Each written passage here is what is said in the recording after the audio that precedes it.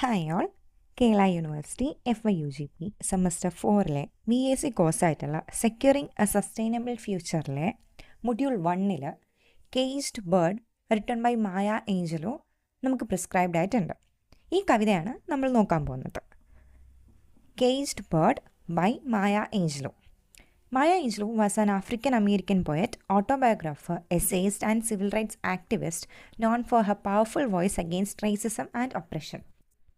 ഒരു African American poet ആയതുകൊണ്ട് തന്നെ അവർ നേരിട്ടിരുന്ന അല്ലെങ്കിൽ ആഫ്രിക്കൻ കമ്മ്യൂണിറ്റി അമേരിക്കയിലൊക്കെ നേരിട്ടിരുന്ന റേസിസത്തിനെതിരായിട്ടും അല്ലെങ്കിൽ കളറ് വെച്ചിട്ട് അവർ അടിച്ചമർത്തുന്നതിനെതിരായിട്ടൊക്കെ എഴുതിയിരുന്ന ആൾക്കാരുടെ മനുഷ്യാവകാശത്തിന് വേണ്ടി പോരാടിയിരുന്ന ഒരു വ്യക്തി കൂടിയായിരുന്നു മായ ഏഞ്ചലോ. അതിനോടൊപ്പം തന്നെ കവിയും ഓട്ടോബയോഗ്രഫി എഴുതുന്ന ആളും എസ്സേസ് എഴുതുന്ന ഒക്കെ ആളായിരുന്നു മായ ഏഞ്ചലോ എന്ന നമ്മുടെ writer. She is best known for her autobiography, I Know Why the Caged Bird Sings, which explores themes of racial discrimination, identity and personal resilience. മായ ഏഞ്ചലോൻ്റെ ഏറ്റവും പ്രശസ്തമായ വർക്ക് മായ ഏഞ്ചലോൻ്റെ തന്നെ ഓട്ടോബയോഗ്രഫിയാണ്. ഓട്ടോബയോഗ്രഫിയുടെ പേര് I know Y the caged bird sings. അപ്പോൾ caged bird അല്ലെങ്കിൽ bird എന്നൊക്കെ പറയുന്ന ഒരു റെക്കറൻ്റായിട്ട് എപ്പോഴും മായ ഏഞ്ചലോ യൂസ് ചെയ്യുന്നൊരു സിമ്പൽ കൂടെ ആയിരുന്നു. അപ്പോൾ റേഷ്യൽ ഡിസ്ക്രിമിനേഷൻ, കളറും അല്ലെങ്കിൽ ഏത് റേസിൽ നിന്നുമാണ് വന്നത് എന്ന് പറഞ്ഞിട്ട് ആൾക്കാരെ മാറ്റി നിർത്തുന്നതിനെതിരായിട്ടൊക്കെ എപ്പോഴും സംസാരിച്ചിരുന്നു. Angelos writing focuses on freedom, dignity, womanhood, survival and hope, often drawing from her own life experiences. അപ്പോൾ ആഫ്രിക്കക്കാരി ആയതുകൊണ്ട് തന്നെ ഒരുപാട് രീതിയിൽ കളറിൻ്റെ പേരിലായാലും സ്ത്രീ എന്ന നിലയിലൊക്കെ അടിച്ചമർത്തലുകൾ നേരിട്ടിരുന്ന ഒരു വ്യക്തി കൂടിയായിരുന്നു മായ ഏഞ്ചലോ. അതുകൊണ്ട് തന്നെ അതിൽ നിന്നെല്ലാം ഒരു ഡിഗ്നിഫൈഡ് ലൈഫ്, കറുത്തവർക്കാർക്കും ഡിഗ്നിറ്റി ഉണ്ട്, ഒരു അന്തസ് അവർക്കും ഉണ്ട് എന്നുള്ള രീതിയിലൊക്കെ ഒരുപാട് ലേഖനങ്ങളൊക്കെ എഴുതിയിട്ടുണ്ട്. She used simple musical language and strong imagery influenced by African American oral traditions and songs.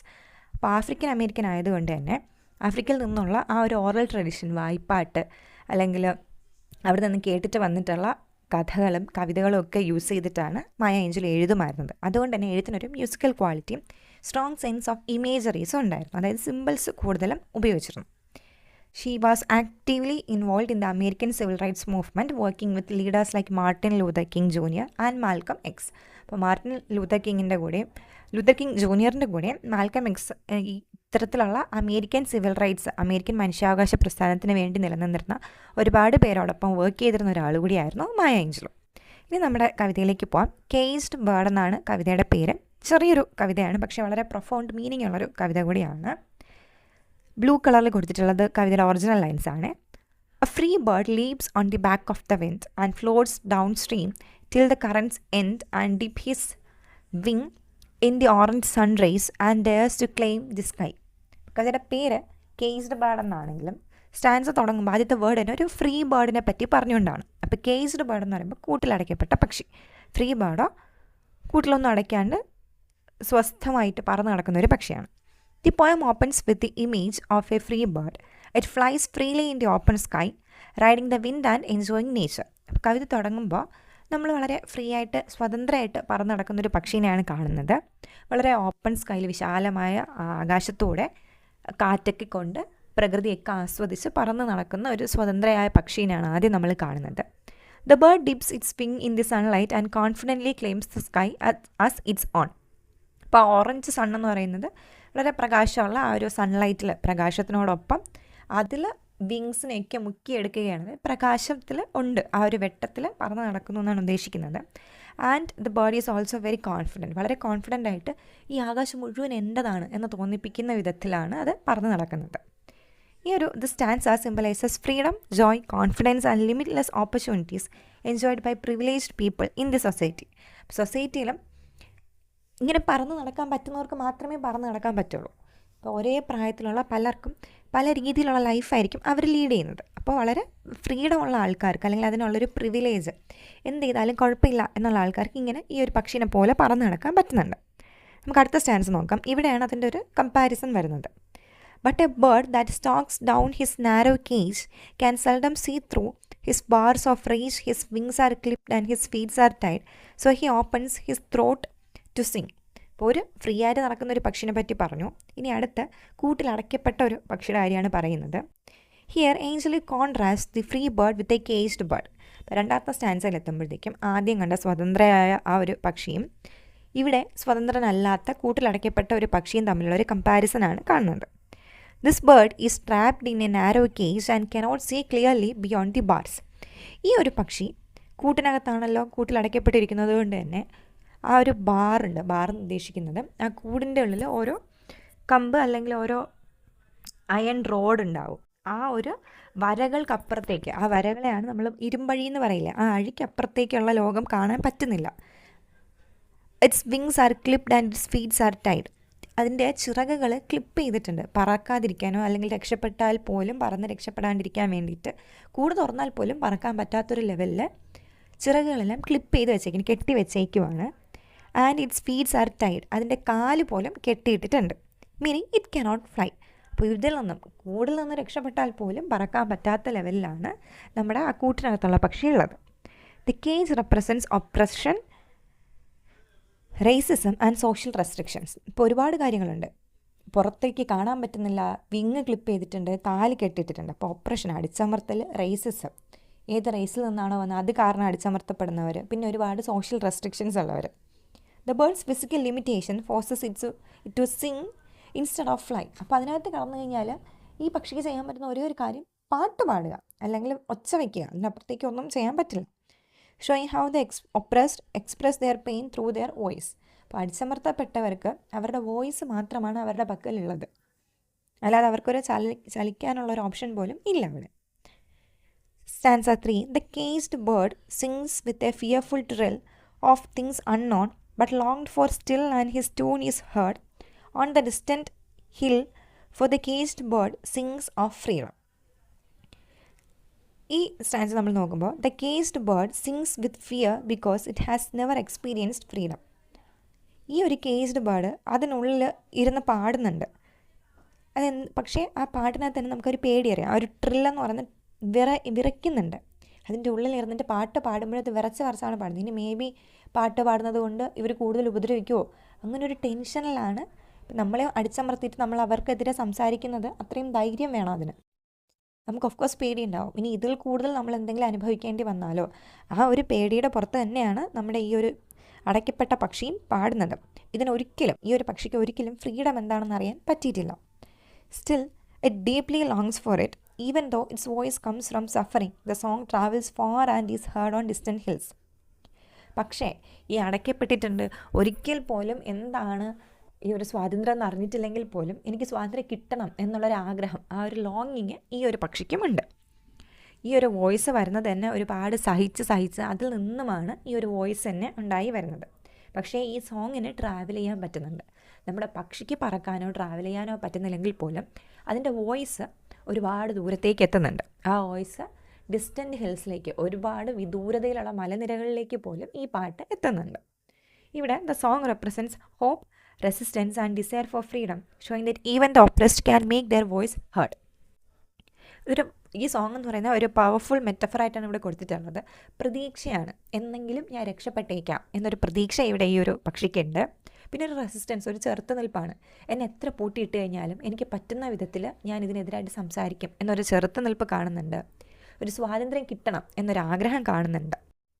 അങ്ങനെ ഒപ്രസ്ഡ് ആണെങ്കിൽ പോലും എനിക്ക് എൻ്റെ ഒച്ച പതിപ്പിക്കാൻ പറ്റുന്നുണ്ട് എന്നൊരു ചെറുത്ത് നിൽപ്പ് ഇവിടെ കാണുന്നുണ്ട്. Then fourth stanza. The free bird thinks of another breeze, and the trade winds soft through the sighing trees, and the fat worms waiting on a dawn bright lawn, and he names the sky his own. The poem returns to the free bird. അപ്പോൾ ഇതിൻ്റെ poem എഴുതിയിട്ടുള്ള ഒരു രീതി എന്ന് പറയുന്നത്, ഒരു stanza അടയ്ക്കപ്പെട്ട പക്ഷീനെ പറ്റിയിട്ടും ഒരു സ്റ്റാൻസ പറന്ന് കിടക്കുന്ന ഒരു പക്ഷീനെ പറ്റിയിട്ടുമാണ്. അപ്പോഴാണ് നമുക്ക് അതിൻ്റെ ഒരു സ്റ്റാർക്ക് കോൺട്രാസ്റ്റ് കൃത്യമായിട്ട് മനസ്സിലാവുന്നത്.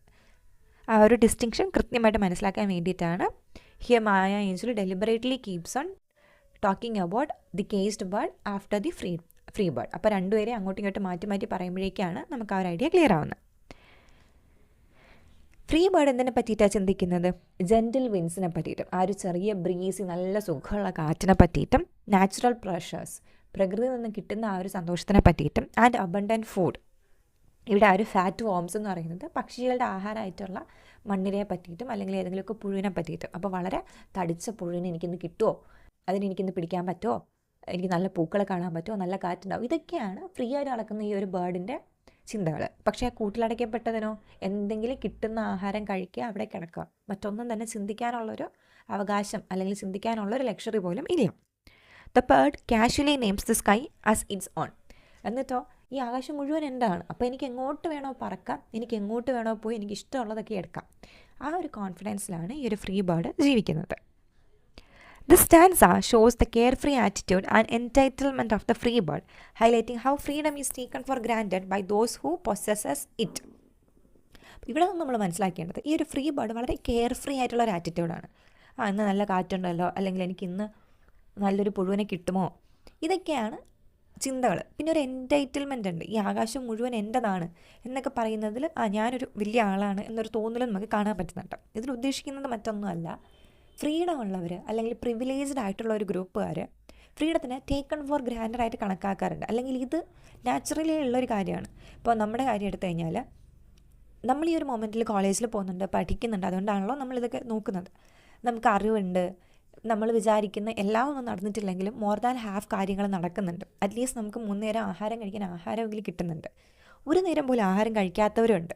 അപ്പോൾ നമുക്ക് അങ്ങനെ ആഹാരം കിട്ടുന്നത് കൊണ്ടാണ് നമുക്ക് ആഹാരം കൊണ്ട് കളയാനൊക്കെ തോന്നുന്നത്. അപ്പോൾ ആ ഒരു കോൺട്രാസ്റ്റാണ് ഇവിടെ കാണിക്കുന്നത്. ഇവിടെ ഫ്രീഡം ഉള്ള ഒരു പക്ഷി അതിനെ ടേക്കൺ ഫോർ ഗ്രാൻഡഡ് ആയിട്ട് മിസ്യൂസ് ചെയ്യുന്ന രീതി, അല്ലെങ്കിൽ എൻറ്റൈറ്റിൽമെൻ്റ് ആണ്, ഈ ആകാശം മുഴുവൻ എൻ്റെതാണ് എന്നൊരു രീതിയിലേക്ക്, കുറച്ചൊരു അഹങ്കാരത്തിലേക്ക് പോകുന്നുണ്ട്. ഇനി അടുത്ത സ്റ്റാൻസ് നോക്കിയാൽ, but a caged bird stands on the grave of dreams, his shadow shouts on a nightmare scream, his wings are clipped and his feet are tied, so he opens his throat to sing. ഇനി വീണ്ടും focus shift back ചെയ്ത് നമ്മുടെ കൂട്ടിലടയ്ക്കപ്പെട്ട പക്ഷിയിലേക്ക് എത്തിയിട്ടുണ്ട്. അടുത്തൊരു വളരെ powerful ആയിട്ടുള്ളൊരു ലൈനാണത്. Who stands on the grave of dreams. സ്വപ്നങ്ങളുടെ, ആഗ്രഹങ്ങളുടെ ഗ്രേവിൽ, ശ്മശാനത്തിൽ നിൽക്കുകയാണ്. അതായത് ആഗ്രഹങ്ങളുടെ ശ്മശാനം. അതിനെ പറയുന്നത് suggesting crushed hops and lost opportunities. വളരെ ക്രഷ്ഡ് ആയിട്ടുള്ള ഹോപ്പുകൾ, ആഗ്രഹങ്ങളെല്ലാം നശിച്ചു. ആഗ്രഹങ്ങളിൽ ശവക്കല്ലറാന്ന് പറയുമ്പോഴത്തേക്കും ആഗ്രഹങ്ങളെല്ലാം മരിച്ചു, അല്ലെങ്കിൽ ആഗ്രഹങ്ങളെല്ലാം നശിച്ചു, ഇനി ഒന്നും ബാക്കിയില്ല. അവിടെ എന്തോ കോപ്സസ്, ശവങ്ങൾ മാത്രമാണല്ലോ നമ്മുടെ ഗ്രേവുകളിലുണ്ടാവുക. കല്ലറയിൽ ശവം എന്ന് പറയുമ്പോൾ തന്നെ അതിൻ്റെ ബോൺസും കുറച്ച് ഹെയർസും മാത്രം, അത് അവശിഷ്ടങ്ങളേ ഉള്ളൂ. അപ്പോൾ അതുപോലെ ലോസ്റ്റ് ആയിട്ടുള്ള ഓപ്പർച്യൂണിറ്റീസും, ആഗ്രഹമൊന്നുമില്ല, ഒന്ന് ആകാശം കാണണം, പറക്കണം, ആ ആഗ്രഹങ്ങളുടെ എല്ലാം കല്ലറയിലാണ് നമ്മുടെ ഈ കൂട്ടിലടയ്ക്കപ്പെട്ട പക്ഷിയുള്ളത്. Its shadows reflects fear and suffering. അതിൻ്റെ ഈ പക്ഷിയുടെ നിഴൽ പോലും പേടിയും സഫറിങ്ങുമാണ് കാണിച്ചു തരുന്നത് നമുക്ക്. Once again it's wings are clipped and feats tight. വീണ്ടും എടുത്ത് പറയുന്നുണ്ട് എന്തുകൊണ്ടാണ് ഈ ഒരു ആഗ്രഹങ്ങളുടെ കല്ലറയിൽ നിൽക്കുന്നതിൻ്റെ കാരണം എന്താണ്. അതിൻ്റെ ചിറകുകൾ ക്ലിപ്പ് ചെയ്തിട്ടുണ്ട്, ഫീറ്റ് കെട്ടിയിട്ടിട്ടുണ്ട്. ഈ ലൈൻ വീണ്ടും എടുത്ത് പറയുന്നുണ്ട്. അപ്പോൾ അത്രയും ആ ഒരു ഇമ്പാക്റ്റ് നമ്മളിലേക്ക് എത്തിക്കാനാണ് ആ ലൈൻ വീണ്ടും എടുത്ത് പറഞ്ഞിട്ടുള്ളത്, ആ ഒരു റെപ്പറ്റീഷൻ വന്നിട്ടുള്ളത്. So he opens his throat to Singh. പക്ഷേ ഇങ്ങനെ കെട്ടിയിട്ടിട്ടും അടച്ചിട്ടിട്ടും എന്താ ചെയ്യുന്നത്, ആകെ ഓപ്പണായിട്ട് സംസാരിക്കാൻ പറ്റുന്നത് അതിൻ്റെ ത്രോട്ടിന് മാത്രമാണ്. അപ്പോൾ ആ ത്രോട്ട് പാടാനായിട്ട് ഇവിടെ ഉപയോഗിക്കുന്നുണ്ട്. Despite being despair the bird continues to sing, showing inner strength and resilience. അപ്പോൾ ഇത്രയും ഡെസ്പെയർ ഉണ്ട്, ഇത്രയും വേദനയുണ്ട്, ഇത്രയും ഇരുന്ന് അനുഭവിക്കുകയാണ്, കൈയും കാലും ഒക്കെ കെട്ടി വയ്ക്കുമ്പോഴത്തേക്കും നമുക്ക് എന്ത് ഫ്രീഡാണുള്ളത്, അതിനകത്ത് ജീവനോടെ ഉണ്ട്, പക്ഷേ ശ്വസിക്കാൻ പോലും നേരെ പറ്റുന്നുണ്ടാവില്ല. എന്നിട്ടും ആ ഒരു ഉള്ളിലുള്ളൊരു സ്ട്രെങ്തിനെയും റെസിലിയൻസിനെയും കാണിച്ചിരുന്നുണ്ട്. റെസിലിയൻസ് എന്ന് പറയുമ്പോൾ ആ ഒരു പോരാട്ട വീര്യം, അല്ലെങ്കിൽ ഇന്നല്ലെങ്കിൽ നാളെ ഞാൻ ഇവിടുന്ന് രക്ഷപ്പെടുമായിരിക്കാം എന്നൊരു പ്രതീക്ഷ അവിടെ കാണുന്നുണ്ട്. അതുകൊണ്ടാണല്ലോ ഇരുന്ന് പാടുന്നത്. ഇനി 6ാമത്തെ സ്റ്റാൻസ്, ആക്ച്വലി ഇതൊരു റിഫ്രെയിനാണ്. റിഫ്രെയിൻ എന്ന് പറയുമ്പോൾ ഒരേ വരികൾ വീണ്ടും വരുന്നത്. The cased bird sings with a fearful trill of things unknown but ലോങ്ഡ് four still and his tune is heard on the distant hill for the cased bird sings of freedom. So ഈ ഒരു സ്റ്റാൻസിൽ എത്തുമ്പോഴത്തേക്കും കവിതയുടെ ഒരു രീതിയിൽ നോക്കുകയാണെങ്കിൽ അടുത്ത് പറയേണ്ടത് free ബേർഡിനെ പറ്റിയിട്ടാണ്. പക്ഷേ ഇവിടെ വീണ്ടും കേസ്ഡ് ബേർഡിനെ പറ്റിയിട്ട് ഓൾറെഡി പറഞ്ഞ ഒരു ലൈൻ തന്നെ എഗെയിൻ പറഞ്ഞ് റെഫ്രെയിനാണ് ഇവിടെ സംഭവിക്കുന്നത്. So this stanza repeats earlier song of the cased bird. നേരത്തെ പറഞ്ഞ പോലെ തന്നെ റെപ്പറ്റീഷനാണ്. പാട്ട് പാടുമ്പോൾ ആ ഒരു പേടിയുണ്ട്, പേടി കാരണം ഒരു ട്രില്ല് വരുന്നുണ്ട്. എന്നിട്ടോ സ്വാതന്ത്ര്യം എന്താണെന്ന് അറിഞ്ഞിട്ടില്ല, പക്ഷേ സ്വാതന്ത്ര്യത്തിന് വേണ്ടിയിട്ടാണ് പാടുന്നത്. ആ പാട്ടങ്ങ് മലനിരകളിൽ വരെ കേൾക്കുന്നുണ്ട്. ഇവിടെ ഒന്ന് നോക്കിക്കോണം, കേസ്ഡ് ബേർഡ് എന്തിനെ പറ്റിയിട്ടാണ് പാടുന്നതെന്ന് ചോദിച്ചു കഴിഞ്ഞാൽ it sings of freedom. So ഇവിടെ വീണ്ടും Maya Angelou she stresses that even in oppression the human spirit refuses to be silenced and continues to hope for liberation. നമ്മൾ എത്രയൊക്കെ അടിച്ചമർത്തി കഴിഞ്ഞാലും 99.99% നമ്മൾ അടിച്ചമർത്തപ്പെട്ട് കഴിഞ്ഞാലും ആ ഒരു 0.001% നമ്മൾ രക്ഷപ്പെടും അല്ലെങ്കിൽ രക്ഷപ്പെട്ടേക്കാം എന്നൊരു തോന്നൽ വരുന്നത്. ഇത്രയാണ് കവിത. വളരെ പവർഫുള്ളായിട്ടുള്ളൊരു കവിതയാണ്. മനുഷ്യനെ അല്ലെങ്കിൽ മനുഷ്യരെ അടിച്ചമർത്തുന്നതിനെതിരായിട്ട് പക്ഷികളുടെ സിമ്പൽ ഉപയോഗിച്ചുകൊണ്ട് പറഞ്ഞിരിക്കുന്ന നല്ലൊരു കവിതയാണ്. നമുക്കിനി ജസ്റ്റ് ഒന്ന് തീംസ് നോക്കിയാൽ, ഒന്ന് ഫ്രീഡം വേഴ്സസ് ഒപ്രഷൻ. അപ്പോൾ ഫ്രീഡം സ്വാതന്ത്ര്യമുണ്ട്, ക്യാപ്റ്റിവിറ്റി പിടിച്ചിട്ടിരിക്കുന്ന ആ ഒരു രീതിയും പറയുന്നുണ്ട്. ഇവിടെ ഫ്രീ ബേർഡിന് അൺറെസ്ട്രിക്റ്റഡ് ആയിട്ട് സ്വന്തം ചോയ്സിൽ എങ്ങോട്ട് വേണേലും മൂവ്മെൻറ്റ് നടത്താം. പക്ഷേ ഇവിടെ കേസ്ഡ് ബേർഡോ കൺഫൈൻഡ് ആണ്, റെസ്ട്രിക്റ്റഡ് ആണ്, എപ്പോഴും അടച്ച് അതിൻ്റെ കാലുകളാവട്ടെ ചിറകുകളാവട്ടെ എല്ലാം അടച്ചിട്ടിരിക്കുകയാണ്. സോ ഇങ്ങനെയാണ് ഒപ്രസ്ഡ് ആയിട്ടുള്ള ആൾക്കാർക്ക്. ഫ്രീഡം ഉള്ള മനുഷ്യർ എല്ലാം കൊണ്ട് ഫ്രീഡമാണ്. ഇപ്പം നമ്മുടെ നാട്ടിൽ തന്നെ എടുത്തു കഴിഞ്ഞാൽ പണക്കാർ പാവപ്പെട്ടവർ അങ്ങനത്തെ ഒരു സംഭവം നോക്കിക്കഴിഞ്ഞാൽ കാശുള്ളവർക്ക് ഇഷ്ടംപോലെ കാശാണ്. പക്ഷെ പാവപ്പെട്ടവർക്കോ അവർക്ക് ഒരു നേരത്തെ ആഹാരം കഴിക്കാൻ പോലും ഇല്ലാത്ത അത്രയും ദാരിദ്ര്യമാണ്. സോ അതിൻ്റെ ഒരു ഇൻ ബിറ്റ്വീൻ എന്നൊരു സാധനം കാണുന്നില്ല. അത് തന്നെയാണ് ഈ ഒരു കവിതയിൽ പറയുന്നത്. ഒപ്രസ്ഡ് ആയിട്ടുള്ള ആൾക്കാർക്ക് ബേസിക് ഫ്രീഡം പോലും ഇല്ല. പക്ഷെ ഫ്രീഡം ഉള്ള ആൾക്കാർക്കാണെങ്കിലും they things that they think that they own the sky. ആ ഒരു സാധനമാണ് ഉദ്ദേശിക്കുന്നത്. ഇനി റേസിസവും സോഷ്യൽ ഇൻജസ്റ്റിസും നോക്കുകയാണെങ്കിൽ ആഫ്രിക്കൻ അമേരിക്കൻസ് ഈ കവിത എഴുതപ്പെടുന്ന ഒരു സമയത്ത് അവർ നേരിട്ടിരുന്ന മാർജിനലൈസേഷനെ പറ്റിയിട്ടും ഡിസ്ക്രിമിനേഷനെ പറ്റിയിട്ടും പിന്നെ ആ ഒരു സിസ്റ്റം അമേരിക്കയിൽ ഉണ്ടായിരുന്ന സിസ്റ്റം തന്നെ അവരെ ഒപ്രസ് ചെയ്തുകൊണ്ടിരിക്കുന്നതിനെ പറ്റിയിട്ടൊക്കെയാണ് ഈ ഒരു കവിതയിൽ പറയുന്നത്. And she also mentions her own experiences of racism and inequality. കറുത്ത വർഗ്ഗക്കാരി ആയതുകൊണ്ട് തന്നെ മായ ഏഞ്ചലുവിന് നേരിടേണ്ടി വന്ന കാര്യങ്ങളും ഈ കവിതയിലൂടെ നമുക്ക് മനസ്സിലാക്കാൻ പറ്റുന്നുണ്ട്. Then identity and self expression. Although the cased bird cannot fly it can Singh. പറക്കാൻ പറ്റുന്നില്ലെങ്കിലും കൂട്ടിലടയ്ക്കപ്പെട്ട പക്ഷിക്ക് എന്ത് ചെയ്യാൻ പറ്റുന്നുണ്ട്? പാടാൻ സാധിക്കുന്നുണ്ട്. സോ ആ ഒരു സിംഗിങ് എന്ന് പറയുന്നത് വേ ഓഫ് എക്സ്പ്രസിങ് ആയിട്ട് മാറുന്നുണ്ട്. എൻ്റെ ഐഡൻറ്റിറ്റി, എൻ്റെ പെയിൻ, ഇവിടെ ഞാനെന്ന് പറയുന്ന ഒരാളുടെ എക്സിസ്റ്റൻസ് ഉണ്ട്. ഇപ്പോൾ ഫ്രീഡം എന്ന് പറയുന്നത് ഇല്ലെങ്കിൽ പോലും ഞാനെന്ന് പറയുന്നൊരു വ്യക്തിയുണ്ട്. എനിക്ക് എന്തെങ്കിലും കിട്ടാവുന്ന ഒരു സ്വാതന്ത്ര്യത്തെ ഓർത്ത് ഞാൻ പാടും എന്നുള്ള കൃത്യമായിട്ടുള്ളൊരു സ്റ്റേറ്റ്മെൻറ്റാണ് ഇവിടെ നമുക്ക് മനസ്സിലാക്കാൻ പറ്റുന്നത്. ഇനി ഹോപ്പ് ആൻഡ് റെസിസ്റ്റൻസ് എന്നൊരു തീം വരുന്നുണ്ട്. ഇവിടെ ആ പാട്ട് എന്തെങ്കിലും ഞാൻ സർവൈവ് ചെയ്യും, even in suffering.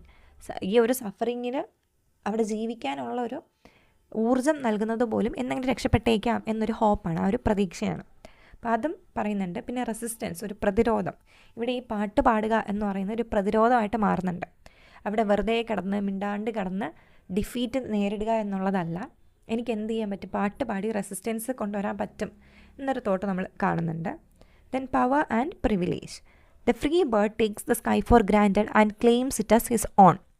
This reflects how privileged groups often remain unaware of the struggles of the oppressed. ഇവിടെ പവറിനെയും പ്രിവിലേജിനെയും പറ്റി പറയുന്നുണ്ട്. ആ സ്വതന്ത്രനായ പക്ഷിക്ക് ആകാശം ഗ്രാൻഡായിട്ട് എടുത്തിരിക്കുകയാണ്, ഓക്കെ ഇതെല്ലാം എൻ്റെതാണ് എന്നൊരു തോട്ട് വരുന്നുണ്ട്. അപ്പോൾ ഇങ്ങനെയാണ് പ്രിവിലേജ്ഡ് ആയിട്ടുള്ള ആൾക്കാർ കരുതുന്നത്, എല്ലാം എൻ്റെതാണ്, ഈവൻ എനിക്കൊരാളെ അടിച്ചമർത്താൻ പറ്റും ബിക്കോസ് ഞാൻ എന്തോ വലുതാണ് എന്നൊരു ചിന്ത വരുന്നുണ്ട്. അപ്പോൾ പവറിനെ പറ്റിയിട്ടും പ്രിവിലേജിനെ പറ്റിയിട്ടും കൂടി ഈ കവിതയ്ക്കകത്ത് പറയുന്നുണ്ട്. വേറെ ഒരുപാട് തീംസ് കണ്ടുപിടിക്കാം, ഞാൻ മെയിനായിട്ടുള്ള 5 തീംസ് പറഞ്ഞു വന്നേ ഉള്ളൂ. ഇനി സിമ്പിൾസ് ഒന്ന് നോക്കി വെക്കണം, കാരണം നമുക്ക് മേ ബി ഒരു 2 മാർക്കിന് 1 മാർക്കിൻ്റെ ക്വസ്റ്റ്യൻ എന്തിനാണ് ഈ ഒരു സംഭവം സിമ്പിളൈസ് ചെയ്യുന്നത്. ബിക്കോസ് നമ്മൾ നോക്കുമ്പോൾ ശരിക്കും പക്ഷികളെ പറ്റിയിട്ടല്ല, അടിച്ചമർത്തപ്പെടുന്ന മനുഷ്യരെ പറ്റിയിട്ടാണ് കവിത വന്നിട്ടുള്ളത്. അപ്പോൾ ഫ്രീ ബേർഡ് എന്തിനാണ് സിമ്പിളൈസ് ചെയ്യുന്നത്? Freedom, privilege, power, opportunity. അപ്പോൾ നമ്മുടെ സമൂഹത്തിൽ ഒരു പൊളിറ്റിക്കൽ, സോഷ്യൽ, റേഷ്യൽ റെസ്ട്രിക്ഷൻസും ഇല്ലാതെ സുഖമായിട്ട് ജീവിക്കുന്ന ആൾക്കാരെ പറ്റിയിട്ടുള്ളതാണ് ഫ്രീ ബേർഡ്. ഇനി കേസ്ഡ് ബേർഡ് ആണെങ്കിലോ ഒപ്രസ്ഡ് ആയിട്ടുള്ള എസ്പെഷ്യലി ആഫ്രിക്കൻ അമേരിക്കൻസ് ആയിട്ടുള്ള ആൾക്കാരെയാണ് ഉദ്ദേശിക്കുന്നത്. റേസിസം കാരണമോ ഒരു ഡിസ്ക്രിമിനേഷൻ, ആ ഒരു ഉച്ചനീചത്വം, അനീതി കാരണമൊക്കെ തഴയപ്പെടുന്ന മനുഷ്യരെയാണ് കേസ്ഡ് ബേർഡ് റെപ്രസെൻ്റ് ചെയ്യുന്നത്. ഇനി കേസ് എന്ന് പറയുന്നത് എന്തൊക്കെയായിരിക്കാം? സോഷ്യൽ ബാരിയേഴ്സ്, സമൂഹം എടുത്തു വെച്ചിട്ടുള്ള അല്ലെങ്കിൽ ചാർത്തി തന്നിട്ടുള്ള കുറച്ച് ബാരിയേഴ്സ് ഉണ്ടാവും. പിന്നെ റേസിസം, സെഗ്രിഗേഷൻ, ആൾക്കാരെ മാറ്റി നിർത്തുന്നത്. പിന്നെ സിസ്റ്റത്തിൻ്റെ ഒരു ഒപ്രഷൻ, നമ്മുടെ മൂവ്മെൻറ്റ്, നമ്മുടെ ഓപ്പർച്യൂണിറ്റീസ്, നമ്മൾ എന്തൊക്കെ ഡ്രീം ചെയ്യണമെന്ന് പറയാൻ പോലും ഈ ഒരു കേജിന് അല്ലെങ്കിൽ ഈ ഒരു സമൂഹത്തിന് പറ്റുന്നുണ്ട്. ഇനി clipped wings and tied feet, ഒരാളിൻ്റെ ഫ്രീഡവും ഗ്രോത്തും അതിനെ ക്ലിപ്പ് ചെയ്തിട്ടേക്കാണ്, തടഞ്ഞു വെച്ചിരിക്കുന്നതിനെയാണ് നമുക്ക് ക്ലിപ്ഡ് വിങ്ങിലൂടെയും ടൈഡ് ഫീറ്റിലൂടെയും മനസ്സിലാവുന്നത്. അതായത് ഒപ്രഷൻ എന്ന് പറയുന്നത് എൻഫോഴ്സ്ഡ് ആണ്, അത് ഫോഴ്സ് കാരണം തരുന്നത്, അല്ലാണ്ട് ആക്സിഡൻ്റായിട്ട് ആക്സിഡൻ്റൽ അല്ല, അറിയാതെ പറ്റിപ്പോകുന്നതല്ല, മനഃപൂർവ്വം നിങ്ങൾ കറുത്തവർഗ്ഗക്കാരനാണെങ്കിൽ നിങ്ങൾ രക്ഷപ്പെടാൻ പാടില്ല എന്ന് മനഃപൂർവ്വം ചെയ്യുന്നതാണ്, അല്ലാതെ ആക്സിഡൻ്റൽ അല്ല. ഇനി സോങ്ങിനെ പറ്റി നോക്കിക്കഴിഞ്ഞാൽ സോങ് എന്താണ്? ഒരു ഹോപ്പാണ്, ഒരു പ്രതീക്ഷേനെയാണ് സോങ് ഇവിടെ സിംബലൈസ് ചെയ്യുന്നത്. പിന്നെ ഒരു പ്രൊട്ടസ്റ്റും ഒരു റെസിസ്റ്റൻസിൻ്റെയൊക്കെ ഒരു രീതിയിലാണ് ആ ഒരു സോങ് വരുന്നത്. ആ ഒരു സ്പിരിറ്റ് ഫിസിക്കൽ ആയിട്ട് നമ്മുടെ ബോഡി ഒരിടത്ത് തടഞ്ഞു വെച്ചിരിക്കുകയാണെങ്കിൽ പോലും നമ്മുടെ ശബ്ദം എന്ന് പറയുന്നത് ഫ്രീ ആണ്. അത് വെച്ചിട്ട് നമുക്ക് ചെയ്യാൻ പറ്റുന്നത് ചെയ്യാൻ പറ്റും എന്ന് കാണിക്കുന്നുണ്ട്. ദെൻ സ്കൈ ആണ് ലിമിറ്റ്ലെസ് ആയിട്ടുള്ള ഒരു ഫ്രീഡത്തിനെയും ആഗ്രഹങ്ങളെയൊക്കെ കാണിക്കുന്നത്. ഓൾസോ നമ്മുടെ ഫ്രീ ബേർഡ് ചിന്തിക്കുന്നുണ്ട് ഈ സ്കൈ എന്ന് പറയുന്നത് എൻ്റെ സ്വന്തമാണെന്ന് ചിന്തിക്കുന്നുണ്ട്. പക്ഷേ അതേസമയം അതുപോലെ കേജിൽ അടയ്ക്കപ്പെട്ട ഒരു ബേർഡിന് അത് അൺറീച്ചബിൾ ആണ്, ഒരിക്കലും എത്തിപ്പെടാൻ പറ്റാത്തൊരു സാധനമായിട്ടാണ് സ്കൈ ഫീൽ ചെയ്യുക. ഇനി അവസാനത്തെ ഒരു സിമ്പിൾ നോക്കുന്നത് ഗ്രേവ് ഓഫ് ഡ്രീംസ്. അപ്പോൾ ഗ്രേവ് ഓഫ് ഡ്രീംസ് എന്ന് പറയുന്നത് ഡിസ്ട്രോയിഡ് ഹോപ്പിൻ്റെയും ക്രഷ്ഡ് ആസ്പിറേഷൻസിൻ്റെയും സ്വപ്നങ്ങൾ, പ്രതീക്ഷകൾ ഇതെല്ലാം നശിച്ചു, ഡിസ്ട്രോയിഡ് ആയിട്ടുണ്ട്. അതിനാണ് ഗ്രേവ് ഓഫ് ഡ്രീംസിലൂടെ കാണിക്കുന്നത്. ഒരു ഇമോഷണലും സൈക്കോളജിക്കൽ ഇമ്പാക്റ്റ് ഓഫ് ഒപ്രഷൻ, മാനസികമായിട്ട് ശാരീരികമായിട്ട് മാത്രമല്ല മാനസികമായിട്ട് എത്രമാത്രം ഒപ്രഷൻ ഒരു വ്യക്തിയെ തളർത്തുന്നുണ്ട് എന്ന് മനസ്സിലാക്കാൻ പറ്റും. ഈ ഒരു ഒറ്റ സെൻറ്റൻസ് ഇവിടെ ഈ ഒരു ബോൾഡിൽ കാണിച്ചിരിക്കുന്ന സെൻറ്റൻസ് ആണ് ഈ കവിതയുടെ ഒരു ക്രക്സ് എന്ന് പറയുന്നത്. Maya Angelou's caged bird uses the contrast between a free bird and a caged bird to explore themes of oppression, freedom, racism, hope and resistance. അപ്പോൾ ഈ ഒറ്റ ലൈൻ ഒന്ന് ഓർക്കാൻ പറ്റുമെന്നുണ്ടെങ്കിൽ നമുക്ക് 1 മാർക്കിനാണെങ്കിൽ ഇത് തന്നെ ധാരാളം, 2 മാർക്കിനാണെങ്കിലും 1-2 സെൻറ്റൻസ് കൂടി അപ്ലൈ ചെയ്താൽ മതി. ഇതാണ് മെയിനൊരു മീനിങ് വരുന്നത്. അപ്പോൾ ചെറിയൊരു കവിതയായിരുന്നു, നല്ലൊരു കവിതയാണ്. ഇനി ഓൾസോ നമുക്ക് ഈ ഒരു മൊഡ്യൂളിൽ ഒരു എസ്സേ വരുന്നുണ്ട്. അതിൻ്റെ ഒറിജിനൽ ഞാൻ തപ്പിയിട്ട് കിട്ടുന്നില്ല, ഞാൻ കമൻറ്റിൽ അത് കൊടുത്തേക്കാം. ആർക്കെങ്കിലും ഒറിജിനൽ എസ്സേ കിട്ടിയിട്ടുണ്ടെങ്കിൽ എനിക്കൊന്ന് മെയിൽ ചെയ്ത് തരുവാണെങ്കിൽ നമുക്കതിൻ്റെ ഒരു വീഡിയോ കൂടി ചെയ്യാം. ഇനി ഇതിൻ്റെ അടുത്ത സെക്കൻഡ് മൊഡ്യൂളിൽ വരുന്നതിൻ്റെ ഓൾറെഡി ഈ ഒരു വീഡിയോ ചെയ്തിട്ടുണ്ട്, അതും കൂടി ചേർത്തിട്ട് ഒരു പ്ലേലിസ്റ്റിൻ്റെ ലിങ്കും കമൻറ്റിൽ ഇട്ടേക്കാം, കണ്ടു നോക്കുക. ഇത്രയും പറഞ്ഞത് മനസ്സിലായിട്ടുണ്ടാവുമെന്ന് വിചാരിക്കുന്നു. Thank you.